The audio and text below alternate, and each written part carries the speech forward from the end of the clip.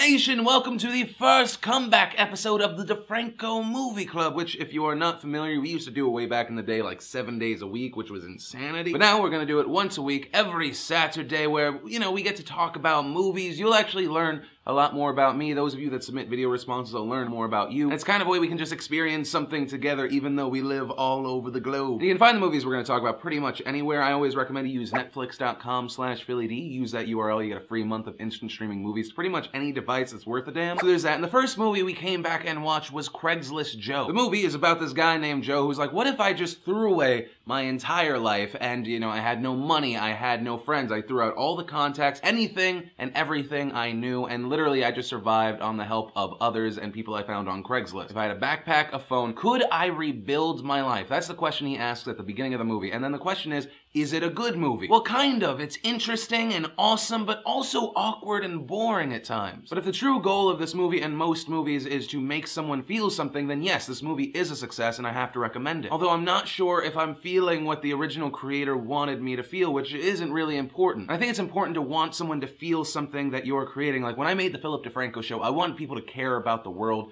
around them and have a conversation with me. When back in the day I helped start Maker and we launched the station, it was because I then wanted people to forget about the real world and be able to laugh. When I helped Tony V launch Black Box TV, I wanted people to feel scared because it's those extreme emotions that make life important, because you have love and happiness and then the in-between stuff and then the fear that you'll lose all the love and the happiness at any given moment, and that's what makes everything so special. And even though it probably makes me sound like a self-involved douchey twat, like that's why I create things. It's also nice that people pay me, but at the end of the day I think it comes down to emotion. And Craigslist Joe opens with, can you rebuild your life? And then at the end he cries and says, I think we show that together we can survive and thrive. And I'll admit, I cried because, movies are the last bastion of emotion for me. Like, other than like one time my girlfriend, when I was really, really drunk, she tricked me with a fake pregnancy test and I cried out of joy, which I was like, oh, apparently I do want kids. That was probably the last time I cried in real life outside of a movie. And so I cried at the end of the movie, not because, yes, together we can support each other and live together and there is community, because I didn't see a man who was rebuilding his life. I saw a man who was floundering, barely surviving, and yes, who did experience so many different facets of life that he would not have. I live my life in a dark, cynical way, and I put away money for the future because I know that if everything all of a sudden went away and I lost all support, I need to rely on me. That I trust my fellow man and that I could survive, but I maybe could not thrive if I did lose everything. And what it showed me is there is a community out there that does want to experience life, to have that social interaction. Because in a very weird way, back in the MySpace days, everything was more about interaction. In the early YouTube days, it was all about meeting each other. And there still are people like that, but as everyone is more connected with everything, and Twitter and Facebook, it's kind of like being on two separate panes of glass with people just shouting at each other. And I am one of those people. Something I did to change how I felt about the world is about a year ago, I just started saying yes more. Something that really opened my eyes is I started talking to homeless people. And it's kind of weird because it was the day after I spoke with Vice President Biden about gun control and everyone started airing everything. And then the next day,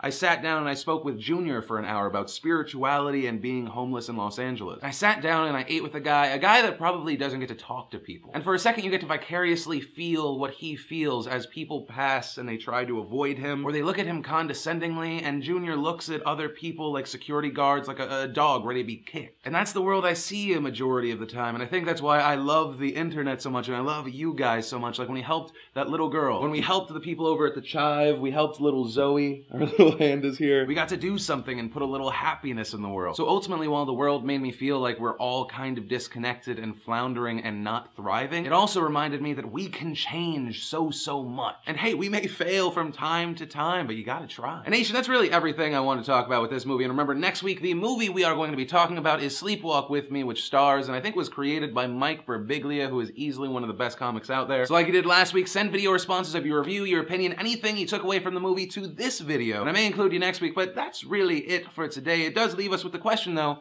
what'd you think, Movie Club? Craigslist Joe. Craigslist Joe. Craigslist Joe. I watched this movie last night. The whole time I thought this guy was gonna get murdered or something bad was gonna happen to him. Thank God he had that camera with him the whole time. I was just like blown away. I was like, what is this? I gotta say, it was really inspiring. Like, I believe in the kindness of people, I really do. Would he have had a harder time had he not been filming a documentary? I think so. I thought they were really great, and I thought the entire thing was so simple yet so powerful if you really think about it. It was trying too hard to be this humanity bonding philosophical message kind of movie when it didn't really have to be. I felt that this movie was more self-serving than anything else. It's more like he wants everyone to just give him a pat on the back and talk about how amazing he is for doing this. It felt really forced. A lot of the things that the movie talks about are things that are common knowledge. The fact that we all feel this need to be plugged in and connected all the time. Their theme they opened with was kind of like everybody in society is disconnected from anyone because of technology. I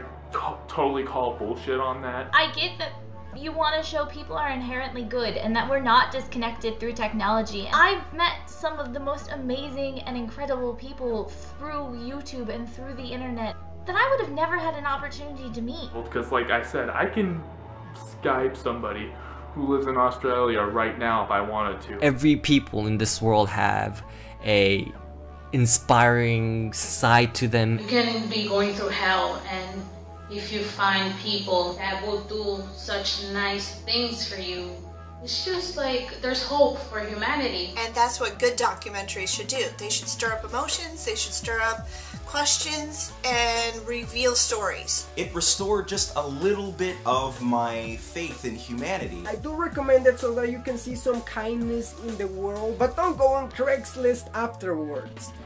You'll be scarred for life.